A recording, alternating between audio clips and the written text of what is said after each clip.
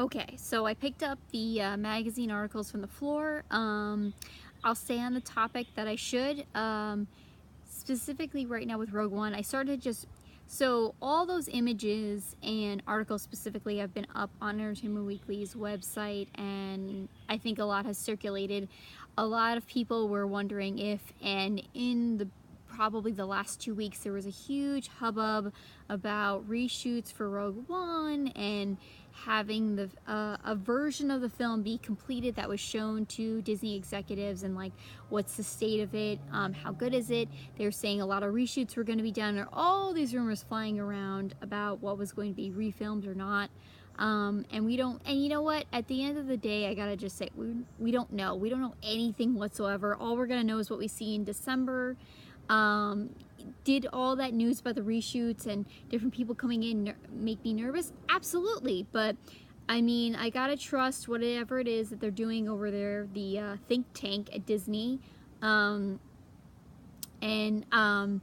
it probably strategic timing about this article coming out and then having these photographs? Probably, but who cares?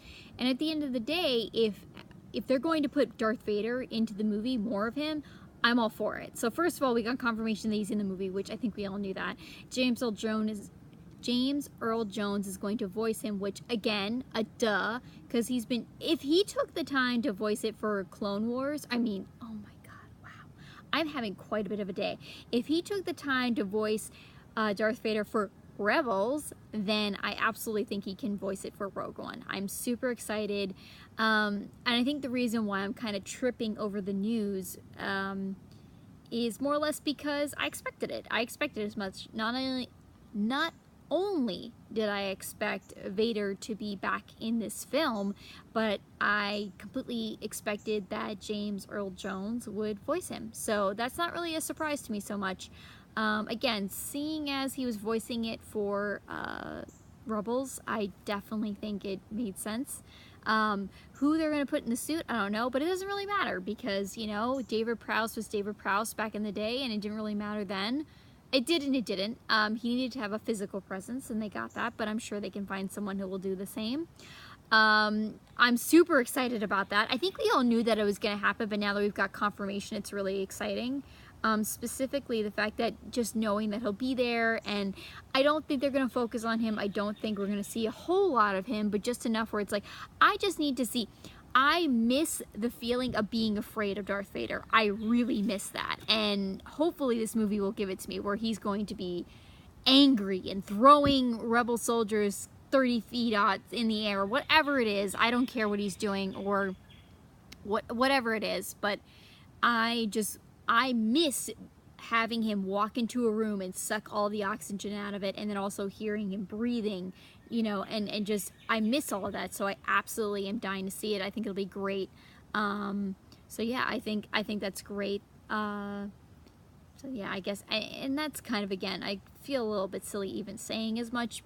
I don't feel silly, but like, it's kind of, again, a duh. Like, we knew he'd be in it, and it's really exciting, and it's good. So if anything, all of that should kind of calm the worries that were going around about the reshoots. And again, we're not going to really know what's going on until we watch the movie in December. So, and I say that as I'm getting bitten alive out here. This is horrendous. The mosquitoes are just eating me alive. Anyway, so again, this was more like a shout-out video than commenting specifically. I meant to make it more focused on Rogue One in the article, but I only read the first couple of paragraphs about it. But all I can say is that Kathleen Kennedy is a queen. I love that she's overseeing all this. I love that they have a game plan. I love that they're doing all this stuff, and it's very strategic. I think it's great. I can't wait to see this movie. It'll be a real big test to see if they can expand this universe in general in the galaxy, because it's smart of them, because they're focusing on a specific time period that we are ultimately familiar with, but it's completely different content, and it's a totally different point of view. As Obi-Wan once said, a certain point of view. I think what's wonderful about what they're doing is it's showing us the other side of the war, what it's like if you were just a regular soldier or a grunt or whoever. It's not like we're following along the main three characters, which I know when George Lucas conceived of this, it wasn't like, oh, this is whose story we're following, but like they would be the ultimate power or decide what, you know, the fates of this war. But now we get to just see kind of a different point of view, and I'm super excited for it. I think it's a great way to go. It's a good first spin-off film or Star Wars story film. I think it'll be very good. I think it's a good time in which to focus. It's taking it back. I fell absolutely head over heels in love with the trailer. I thought everything looked new, vintage and old in the way it should according to A New Hope, but at the same time looked new because it is. So they are attempting to capture the look of a film from 1977 but is now 2016, and I felt like they absolutely nailed it, so I loved it all. The stormtroopers, the look of, like, you know, the characters and the rebel fighters, all of it, I thought it looked great. So back to the task at hand. I will quickly do my little shout outs. So first of all, so just put this guy up here. This guy, you see him? Yes, Chewie. So this is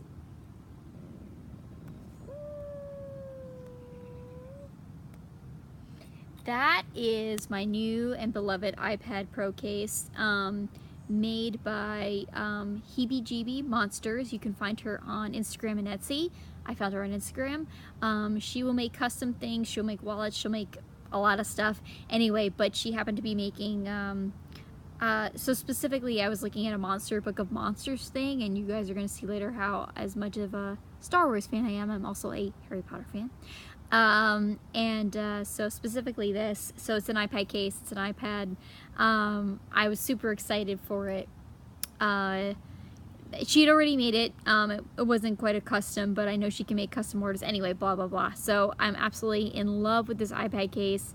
Check her out, Ellie Jean, at Heebie Monsters, or on Instagram and or Etsy. So there's that. Next thing I'm just gonna shout out is my beloved birthday gift from my stepmom. Woo! Here it is. This has been my love for at least the last month or so. It is my Star Wars bag from Dooney&Burke. It's beautiful. I'm sure a lot of you girl Star Wars fans know, and I hate even making that distinction, but yeah, for us girl Star Wars fans, there are Dooney&Burke specifically partners with Dooney&Burke to make these beautiful and specialized purses for any kind of Disney-owned title, or whatever you want to say. So they've made several Star Wars purses. A lot of them were exclusives made for Disney World or Disneyland for people who had competed in Star Wars affiliated races. But these specifically, I mean, they're sold specifically or exclusively at the parks, but so you have to special order them online. They're not sold in Disney stores. But anyway, this particular bag I got a hint of from Savannah Kiefer or Kiefer. I don't know how to spell the name, but she is a wonderful proponent for fangirl. I don't want to even say fangirl, but she is a wonderful person in the Star Wars fandom. Check her out. She's on Twitter and Instagram. She's right up there in my book with Ashley Eckstein. So anyway, so the reason why I found this purse or knew of it was because she had posted on her Instagram. I've tweeted at her a few times. She has a blog called Dorky Diva, so check that out. But specifically, she had posted this a similar kind of style of purse, or a different style of purse, but the same, you know. And then I was like, oh my god, I gotta get this thing. So that's how I wound up with it. I'm absolutely in love with it, but it's all thanks to her. I've tweeted at her a few times.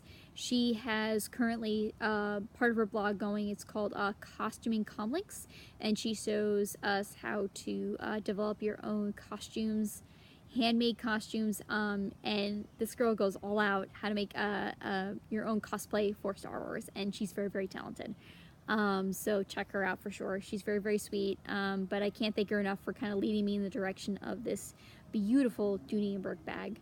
And then lastly, before the sunlight completely abandons me and before I get eaten alive, I will just kind of quickly go through my vintage Entertainment Weekly covers that I have here, because I have to toss them because my mom is moving, and that's that, and I can't keep them forever. So here we go. Okay. All right, so we have this. Oh, no. I'm trying to start from the beginning. I had them all lined up in the right order, and now they all blew away, and now they're not in the right order.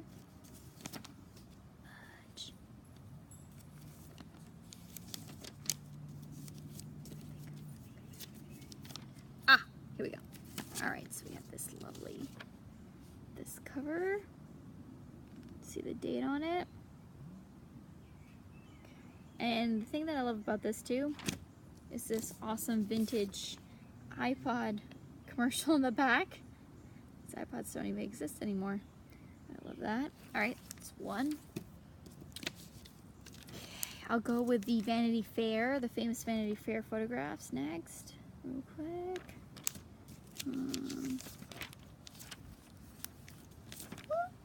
Oh, no. Okay, I'm just putting things down so I don't lose track. Oh no, that's later. What's this? Oh, here's the rest of the Vanity Fair one. I remember this photo. I remember this all very well. I was super excited. There hadn't been anything in a year. It was the first Harry Potter movie, so I was like super excited for this article. Annie Leibovitz, famously, of course, for Vanity Fair, photographed all this, and it was beautiful. Yep. All right, next. Okay, so we have this cover. Harry with the sort of Gryffindor. Always loved all this. Beautiful. All right. And next.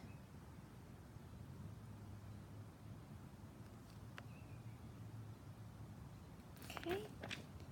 Oh. Okay. Okay. This is for Prisoner of Azkaban.